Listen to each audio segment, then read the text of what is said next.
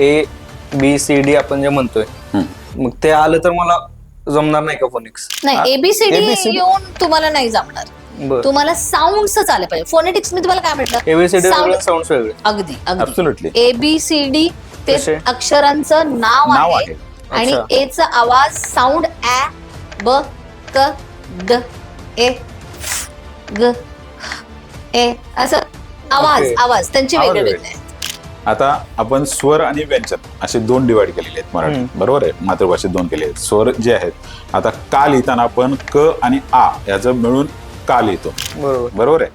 E लिहिताना म्हणजे की लिहिताना पहिली वेलांटी आहे का दुसरी वेलांटी आहे, त्यामुळे कोणतंही ई वापरायचं हे आपण ठरवतो आणि त्याप्रमाणे पहिली वेलांटी किंवा दुसरी वेलांटी देतो. उकाराला तसंच आहे. उ कोणता वापरायचा, पहिला उकार का दुसरा उकार? ओ औ. तर क आणि त्या स्वराचा आणि व्यंजनाचा कॉम्बिनेशन करून कॉम्बिनेशन होऊन आवाज त्याचा येतो आणि त्याप्रमाणे लिहिलं जातं, सीव्हीसी बरोबर आहे? म्हणजे कॉन्सनन्स आणि वॉवल्स असे मिक्सिंग करून त्याचे वर्ड्स वर्ड्स तयार होतात आणि ते आयडेंटिफाय एकदा झालं की त्या आवाज कसा ओळखायचा आणि कोणतं लेटर वापरायचं, तर स्पेलिंग लर्न करण्याची अजिबात गरज गरजच नाही. गरज ओके.